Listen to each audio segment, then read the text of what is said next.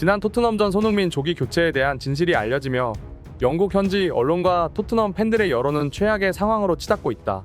얼마 전 펼쳐진 잉글랜드 프리미어리그 33라운드 경기였던 뉴캐슬과 토트넘 경기에 대한 여파가 계속되고 있습니다.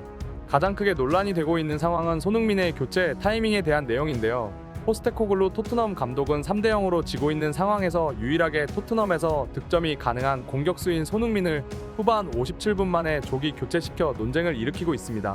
사실상 경기 내내 공격 라인에서 손흥민 혼자 고군분투하는 장면이 계속 잡혔고, 오히려 손흥민에게 공을 배급하는 역할을 맡아야 하는 제임스 매디슨과 벤탄크루 같은 미드필더들이 뉴캐슬 선수들에게 압도당하며 손흥민을 전방에서 아무것도 하지 못하게 고립시켰기 때문이죠.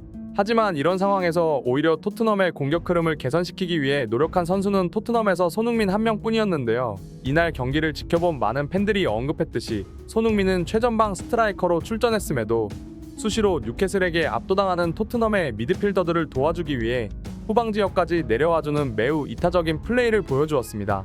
하지만 이런 손흥민의 희생에도 포스테코글루는 경기 후 손흥민에게 매우 거칠게 호통을 친 것으로 보도되고 있습니다. 오늘은 뉴캐슬전 이후 포스테코글루 감독이 손흥민에게 고함을 지른 이유와 그것에 대한 축구 전문가들과 잉글랜드 현지 팬들의 반응에 대해 글로벌 사커에서 자세하게 알려드리겠습니다. 뉴캐슬과의 경기에서 손흥민이 교체당하는 장면부터가 우선 화제인데요. 평소 같으면 포스테코글루 감독과 포옹을 하거나 대화를 나누는 손흥민이지만 아주 잠깐 눈을 마주친 후 서로간 쳐다보지도 않고 벤치로 향합니다. 이 장면을 두고 많은 팬들의 의견이 나오고 있는데요. 이날 손흥민이 교체에 불만을 가지지 않는 것이 비정상적인 모습일 것이다. 손흥민은 자신이 무엇을 잘하는지 정확하게 알고 있고 감독들은 선수들의 재능을 파악해서 전술에 녹여야 한다. 하지만 이번 경기에서 포스테코글루는 손흥민에게 말도 안 되는 요구를 했고 이것을 수행하던 손흥민은 당황할 수밖에 없었던 것이다 라고 언급했습니다.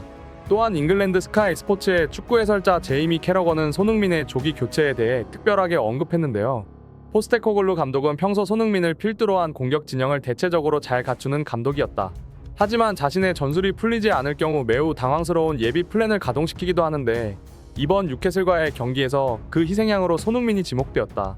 뉴캐슬과 토트넘의 경기에서 가장 문제가 되는 것은 토트넘의 미드필더 선수들이었으며 그들이 제대로 뒷받침되지 않아 수비 라인까지 탈탈 털리기 시작한 것이다. 뉴캐슬의 대부분의 득점은 롱볼을 활용한 역습으로 전개되었는데 그 과정까지 토트넘의 미드필드 선수들은 아무런 제지를 하지 못했다.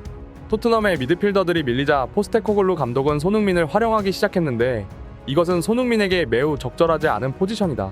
손흥민은 윙어, 스트라이커, 플레이메이커 등 매우 다양한 포지션을 소화할 수 있는 선수이지만 그것은 동료 선수들이 손흥민의 수준에 걸맞는 플레이를 보여줄 때 극대화되는 것이다. 뉴캐슬전의 몇몇 장면들을 보면 손흥민이 스트라이커로 출전했음에도 미드필더 진영까지 내려와 공을 받아주는 모습이 나오는데 그만큼 미드필더들이 손흥민에 기대는 모습을 보여주었다는 증거이다. 왜 공격수가 중앙라인까지 내려와서 공을 뿌려줘야 하는지 토트넘의 미드필더들은 반성해야 하며 그 와중에 손흥민이 또 다시 고립되며 공을 뺏기는 장면이 여러 번 나왔는데 공을 받을 수 없는 위치에만 서 있는 토트넘의 선수들은 모두 반성해야 한다 라고 지난 토트넘과 뉴캐슬전의 진실에 대해 언급했습니다. 캐러거가 언급한 듯이 토트넘의 첫 번째 실점과 세 번째 실점의 시작은 손흥민이 뉴캐슬의 미드필더들로부터 공을 뺏기면서 시작되었는데요. 이 장면을 본 축구팬들 또한 손흥민이 저 위치까지 내려와서 공을 받아야 하는 현실을 어이없어 하고 있는 상황입니다.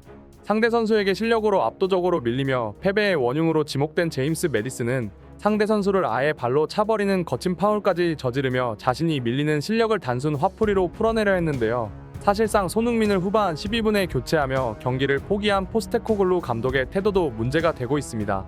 영국의 축구 소식지 옵타스코어는 이날 경기 직후 토트넘 라커룸의 상황을 자세하게 보도했는데요. 실패 전술로 손흥민에게 맞지 않는 옷을 입혀 부진에 빠뜨린 포스테코글루 감독이지만 오히려 라커룸에서 손흥민에게 고함을 지른 것으로 전해졌습니다. 손흥민이 뉴캐슬의 기마랑이스에게 공을 뺏기며 토트넘의 실점의 시작점이 되었다는 얘기인데 애초에 손흥민은 기마랑이스와 부딪힐 포지션도 아니며 미드필더인 기마랑이스와 원톱 스트라이커인 손흥민이 경기 중 여러 번 마주친 것 자체가 포지션 전술의 실패이기 때문입니다. 이날 경기에서 손흥민이 전진 드리블이나 슈팅을 한 번도 시도하지 못한 것으로 알려지며 포스테코글루 감독이 라커룸에서 고함을 지른 것으로 알려졌으나 감독 자신의 전술 실패는 인정하지 않은 것이죠. 영국 축구 매체 풋볼투나잇 또한 이 상황을 집중적으로 보도하며 포스테코글루 감독은 토트넘이 경기력에서 밀리자 손흥민에게 중앙 지역까지 내려오라고 지시했다. 이는 미드필더들에게 다양한 패스 선택지를 부여하지만 공격수인 손흥민에게는 적합하지 않은 포지션이며 그의 공격력을 토트넘 스스로 갉아먹는 선택지이다. 하지만 손흥민의 강점은 윙어로서의 돌파 스피드나 말도 안 되는 수준의 정확도를 보여주는 슈팅 장면에 있다. 하지만 손흥민은 수비수를 등지고 하는 플레이에 특화되어 있지 않은 선수이며 이것은 손흥민의 강점을 오히려 죽이는 결과를 가져왔다. 스트라이커인 손흥민이 중앙 지역까지 내려온다면 토트넘에서 누가 득점을 할 수 있을 것인지도 의문이다. 티모 베르너는 절망적인 득점력을 보여주고 있으며 사실상 토트넘에서 득점이 가능한 선수는 손흥민 한 명뿐이다. 토트넘은 최전방 스트라이커인 손흥민을 보좌할 수 있는 수준 높은 선수가 필요하며 손흥민에게 창의적인 패스를 전달해 줄 수 없는 지금 토트넘의 상황을 개선해낼 필요가 있다 라고 언급했습니다. 한편 이런 손흥민의 조기 교체에 대해 또 다른 소식들도 전해지고 있는데요. 바이에른 뮌헨으로 이적하며 우승을 기록할 것으로 기대를 모았던 해리 케인의 토트넘으로의 복귀가 점쳐지고 있는 상황입니다. 해리 케인이 우승을 하기 위해 떠나버린 바이에른 뮌헨은 투엘 감독 아래 엄청난 부진을 겪으며 분데스리가 우승에 실패한 상황인데요. 해리 케인이 자신의 절친이자 실력 없는 수비수의 대표인 에릭 다이어까지 데려가며 당황스럽게도 김민재 선수가 수비수 주전 경쟁에서 밀려버린 상황입니다. 다이어 덕분인지 바이에른 뮌헨은 계속해서 부진한 경기력을 보여주었고 결국 우승에 실패하며 사실상 바이에른 뮌헨은 이번 시즌 12년 만에 무관이라는 역대급 기록을 달성하기 직전입니다.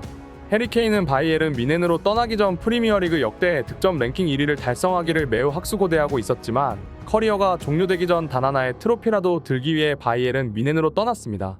하지만 인맥으로 패급 수비수 에릭 다이어까지 영입시키며 해리 케인과 다이어 단 2명의 선수가 바이에른 뮌헨을 말아먹었다는 평가를 받고 있습니다.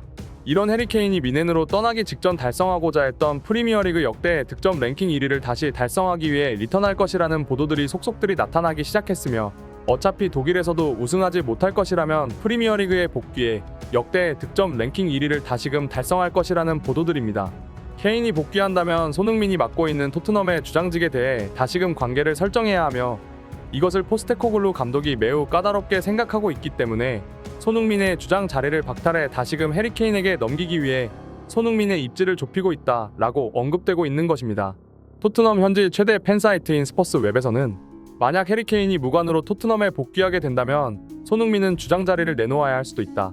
잉글랜드 프리미어리그 팀들은 전통적으로 잉글랜드 국적의 주장들을 선호하는 경향이 있으며 지금 손흥민이 훌륭하게 주장직을 소화하고 있더라도 해리 케인이 복귀한다면 여론은 완전하게 뒤집힐 것이다. 뉴캐슬전 고의적이라고 볼 수 있을 정도로 손흥민을 고립시키는 전략이 보였는데 이는 시즌 종료 직전 손흥민의 입지를 좁게 만들려는 모습이 의도적으로 보였으며 이번 시즌이 종료되면 손흥민이 떠나기를 바라고 있거나 아니면 스스로 주장직을 내려놓게 하기 위한 의도적인 전술 실패로 보였다 라고 뉴캐슬전의 패배에 대한 보도를 내보냈습니다. 오늘의 소식 이만 마치겠습니다. 구독과 좋아요는 영상 제작에 큰 힘이 됩니다. 시청해주셔서 감사합니다.